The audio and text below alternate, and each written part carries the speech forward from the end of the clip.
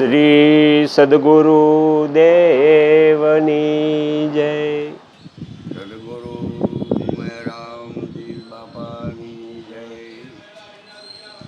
अवधूत भगवान दत्तात्रेय कथित प्रणव की महिमा और स्वरूप का वर्णन.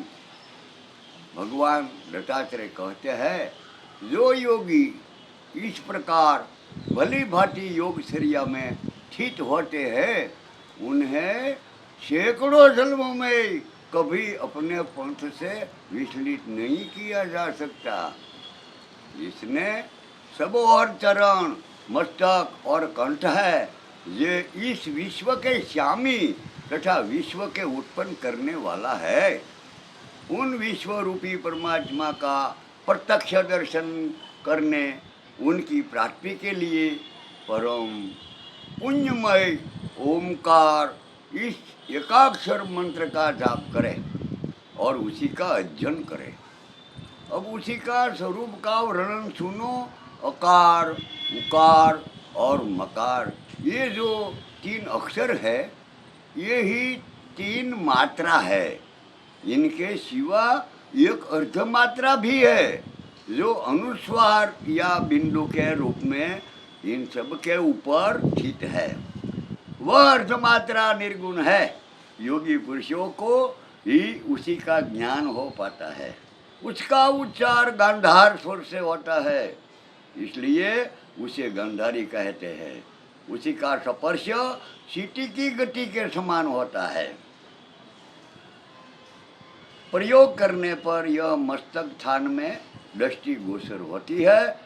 जैसे ओमकार उच्चारण किया जाने पर मस्तक में प्रतिगमन करता है, इसी प्रकार ओमकारमय योगी अक्षर ब्रह्म में मिलकर अक्षर रूपज हो जाता है.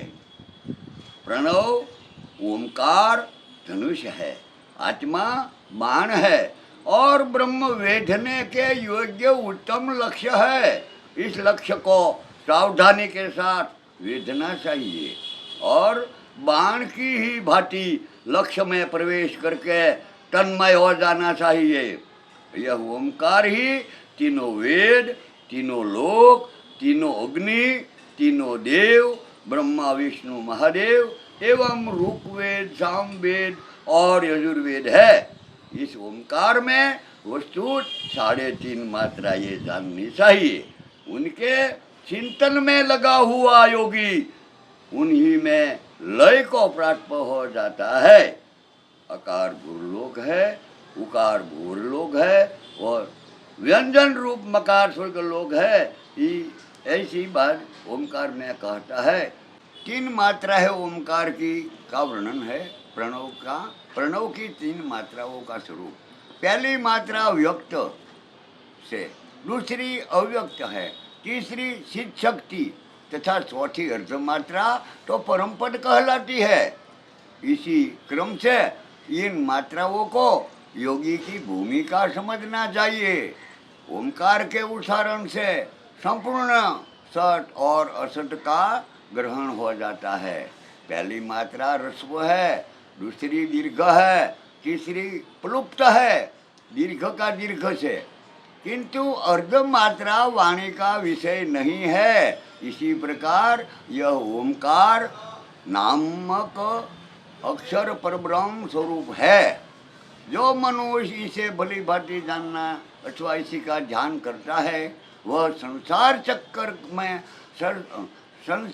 चक्र का त्याग करके त्रिविध बंधनों से मुक्त होकर परब्रह्म परमात्मा में लीन हो जाता है.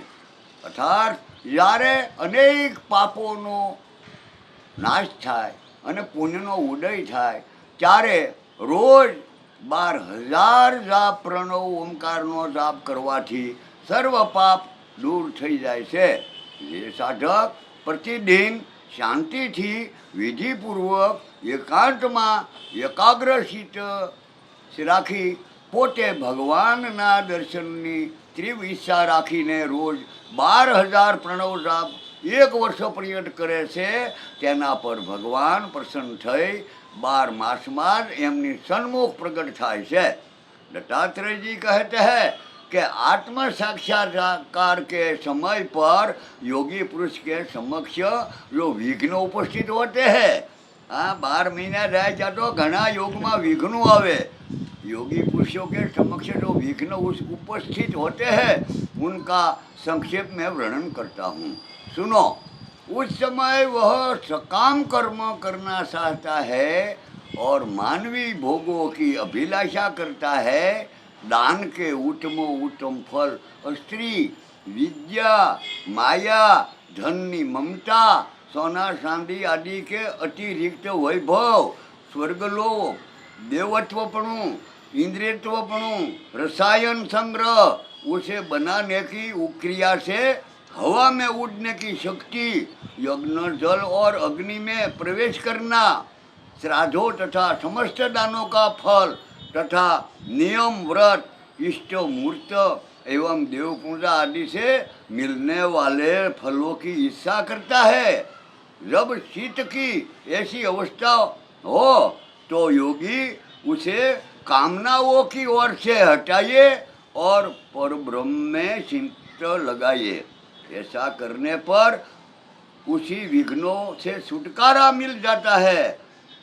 इन विघ्नों पर विजय पाने के बाद योगी के सामने फिर दूसरे विघ्न उपस्थित होते हैं। वो 5 विघ्न है। विघ्न उसने बचने का उपाय भगवान दत्तात्रेय कहते हैं, योगी के सामने फिर दूसरे सात्विक, राजसी और तामसी विघ्न उपस्थित होते हैं। प्रातिम, श्रवण, देव, ब्रह्म और आवर्त, ये 5 उपसर्ग योगी के योग में विघ्न डालने के लिए प्रकट होते हैं। इनका परिणाम बड़ा कटु कड़वा है। प्रतिमा नामनो उपसर्ग विघ्न जब पूर्ण वेदों को अर्थ जाना जाए, काव्य और शास्त्रों के अर्थ संपूर्ण विद्याएं और शिल्प कला आदि अपने आप योगी की समझ में आ जाए तो प्रतिभा से संबंध रखने के कारण वह प्रातिम उपसर्ग कहलाता है। आमा योगीए रोकाવું नहीं। जब योग हवे श्रवण उपसर्ग बीजो विघ्न, जब योगी सहस्त्रों योजन दूर से भी संपूर्ण शब्दों को सुनते हैं और उनके अभिप्राय को समझने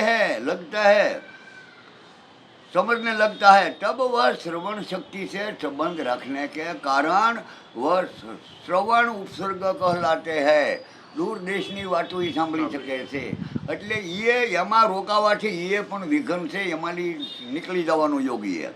जब योगी वह देव उपसर्ग तीजों कि भाई जब योगी वह देवताओं की भांति 8 दिशाओं की वस्तुओं को प्रत्यक्ष देखने लगता है, तब वह उसको देव उपसर्ग कहते हैं। ब्रह्म उपसर्ग नामना चौथो विघ्न से जब योगी का मन दोष के कारण सब प्रकार के आचारों से भ्रष्ट होकर निराधार भटकने लगता है, तब वह ब्रह्म उपसर्ग कहते हैं। जल में उठती हुई भमर की तरह, जाने अपने कुमरियों की पानी में, जल के उठती हुई भमरे की तरह जब ज्ञानी का आवर्त सब और व्याप्त होकर शीत को नष्ट कर देता है, तब वह आवर्त नाम का उपसर्ग कहा जाता है। इस महाघोर उपसर्ग से योगी का योग भ्रष्ट हो जाता है, कारण संपूर्ण योगी देवतुल्य होकर भी बार बार आवागमन में के चक्कर में घूमते हैं। इसलिए योगी पुरुष शुद्ध मनोमय उज्जवल कंबल ओढ़कर परब्रह्म परमात्मा में मन को लगाकर सदा उन्हीं का चिंतन करे और विघ्नों को दूर करे। આગળના વિડીયો જોવા માટે આ ચેનલને આ રીતે સબસ્ક્રાઈબ કરો અને બેલ આઇકન પર દબાવો।